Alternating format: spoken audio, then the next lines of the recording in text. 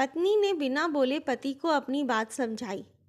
रागिनी बस में बैठी सोच रही थी कि आज घर जाकर बच्चों के लिए कुछ अच्छा बना दूंगी।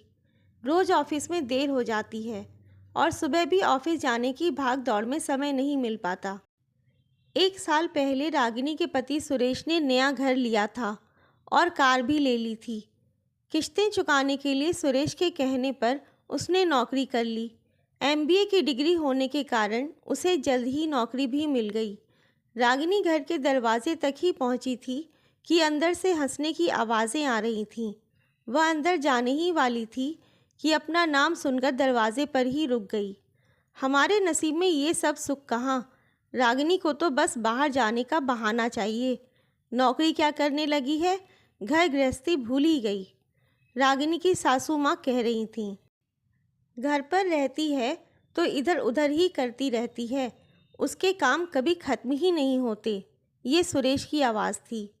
सच बुआ, आप आ जाती हो तो मज़ा आ जाता है। आप हमारी पसंद की चीज़ें बनाती हो, मम्मी को तो हमारे लिए टाइम ही नहीं मिलता। बर्गर खाते हुए बेटी पलक बोली।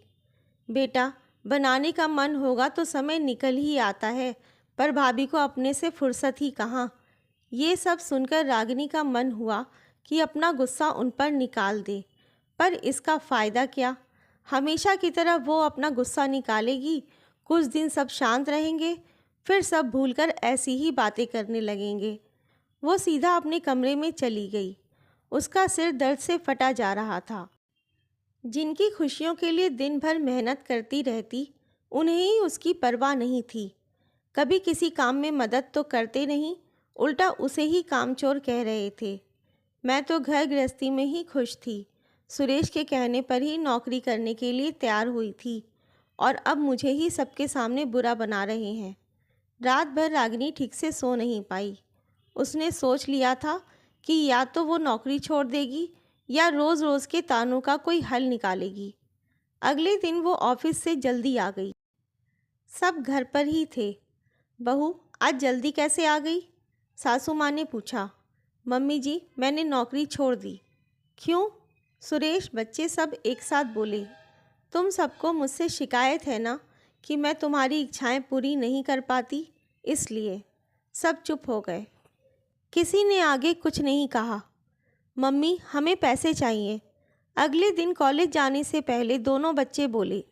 देखो बच्चों, अब से घर में सिर्फ तुम्हारे पापा की सैलरी आएगी, इसलिए अपने खर्चों में कटौती करना सीख लो। अब से एक बार पॉकेट मनी मिलेगी, उसी में पूरा महीना चलाना। बच्चे चुपचाप कॉलेज चले गए। शाम को सुरेश घर आया। रागिनी, तुमने गाड़ी का लोन भर दिया? सुरेश, तुम भूल रहे हो, मैंने नौकरी छोड़ दी है। अब से सारे लोन तुम्हें भरने हैं, रागिनी ने कहा। फ्लैट की किश्त, लोन का पैसा, घर के बिल, ये सब रागिनी ही भरती थी। जब सुरेश हिसाब लगाने बैठा तो हैरान था। रागिनी लगभग सारी तनख्वाह इन पर ही खर्च कर देती थी और उसकी तनख्वाह बैंक में जमा होती थी, जो बच्चों की पढ़ाई या अचानक आने वाले खर्चे के लिए सुरक्षित रहती थी। अगर उसकी अपनी सैलरी लोन और घर खर्च में ख़त्म हो जाएगी तो भविष्य के लिए बचत कैसे करेंगे? सुरेश गुस्से में रागिनी के पास गया। रागिनी, एक बार नौकरी छोड़ने से पहले पूछ तो लेती। इसमें पूछना क्या था? मम्मी जी कहती हैं कि मैं शौकिया नौकरी करती हूँ। आप कहते हैं मेरे काम कभी ख़त्म नहीं होते। बच्चों को शिकायत है कि मैं उनकी मनपसंद डिश बनाकर नहीं दे पाती। जब सबको मेरी नौकरी करने से शिकायत ही है तो ऐसे नौकरी छोड़ने से पहले पूछने की क्या ज़रूरत? वैसे भी मैं नौकरी नहीं करना चाहती थी, लेकिन आपने ही बोला था। क्या मैंने कहा था घर गाड़ी एक के बाद एक लेने के लिए? मेरी भी सहन शक्ति है। थक गई दोहरी जिम्मेदारी निभाते निभाते। क्या कभी आप तीनों ने मेरी मदद की? बच्चों के लिए तरह तरह की चीज़ें लाती हूँ, आपकी और मम्मी जी की हर इच्छा पूरी करने की कोशिश करती हूँ। क्या आपने मुझे समझने की कोशिश की? सच में मैं कितना पत्थर दिल हो गया। तुम्हारे आराम और ज़रूरतों का ख्याल नहीं रख पाया। मुझे माफ़ कर दो। मैं सारी जिम्मेदारी उठा लूँगा, बस एक मौका दे दो। सॉरी मम्मी, हम भी आपको गलत समझते रहे। हाँ बहू, मुझे भी माफ़ कर दे।